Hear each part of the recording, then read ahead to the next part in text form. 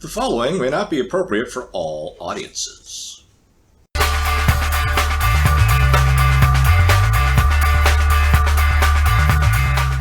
Hello, everyone. Thank you for joining us once again here on the Low Fact Podcast. Dave and Matt coming at you.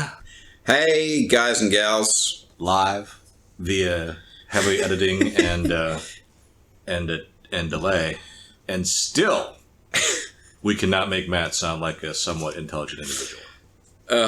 It is funny when I am editing the podcast, I do notice the times when I seem to derail the conversation.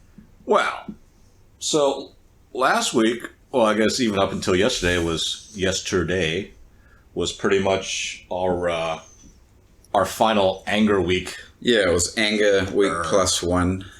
You got anything else to put on anger? Not really. I'm all angered out now. Well, I guess we can discuss. No, it's just given up.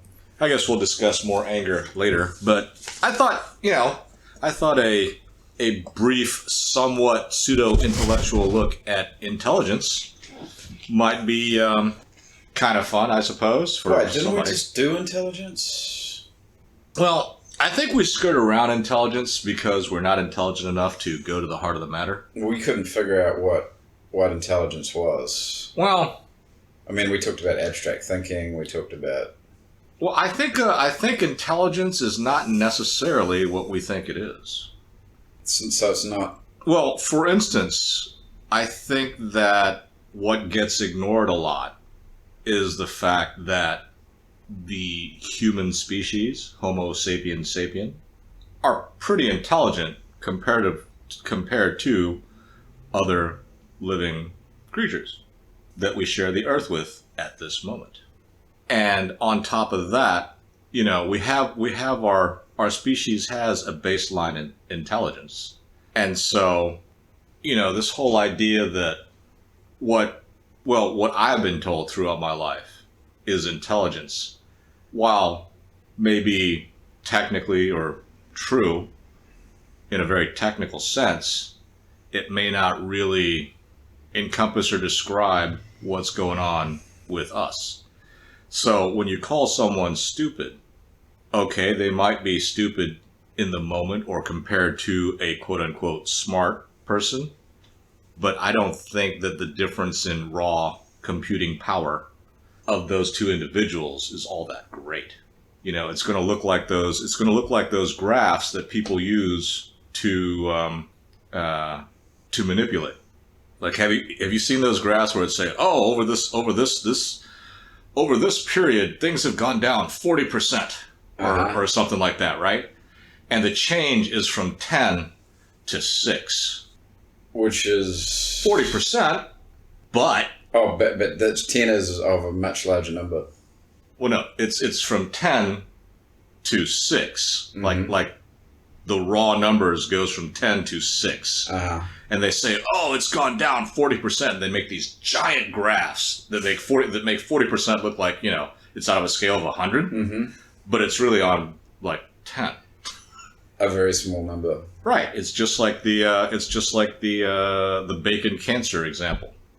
Several years ago, or not, a few years ago, I was watching one of those doctor docos, and the guy was talking about how, all these studies about nitrates and bacon giving you a 20% chance of increase in cancer if you eat too much of it, or if you eat heavy amounts of bacon. Right.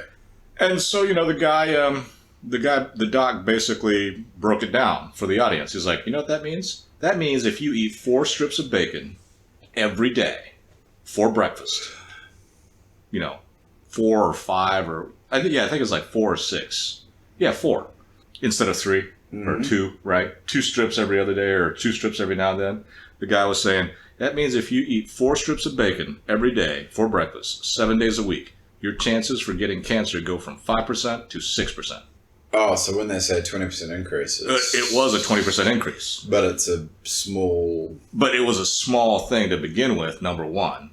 And so, that goes on the manipulation thing, which should increase people's anger for Anger Week. But what does that have to do with intelligence? So I'm thinking, I've always told you, and I've said I don't know if I said it during the podcast, but I've always told you, I don't think that the difference in intelligence level between the genius and the dumb person is all that great. I mean, it could be like 20 seconds.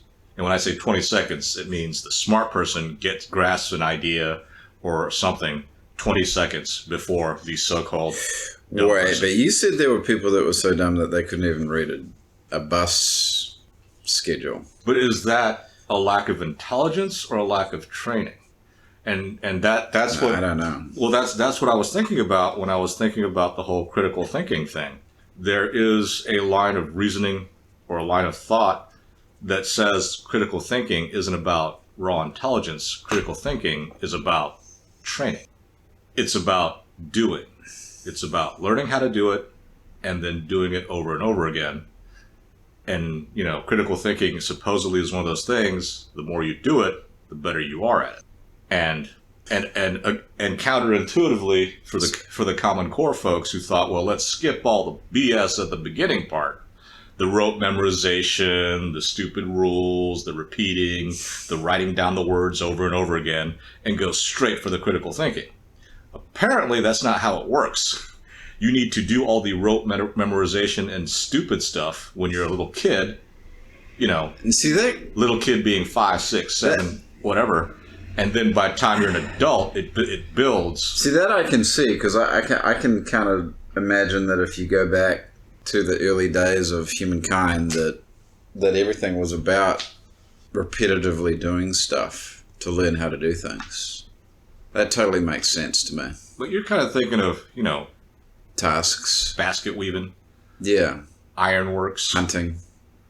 I'm talking about honing skills. Yeah, well, this might not necessarily be in the same basket of skills, but I get your meaning. I get you trying to tie it up. But I don't know about critical thinking. I feel like there's some people that have more, what's the word? I guess are more adaptable. I don't know that if you can learn to be adaptable. I mean, I think you're either adaptable or you're not adaptable. I think we can go on that line of talking kind of tomorrow, but in still keeping with the intelligence frame. But it doesn't seem to me, it seems to me, like I said, as I've been thinking about things, what I believe or what I thought intelligence is may not be what intelligence really is. You're still not answering it, though. So what do you think it is? That's because I don't know. I mean, intelligence isn't merely being able to make good grades. That's kind of people-pleasing, which is a form of intelligence. So that's my point. We have a very big bag of intelligence here as people, and trying to do a catch-all. What I'm saying is, what if certain writers are right and there's only a baseline level of something needed, and anything more than that is just a waste? I must be unintelligent.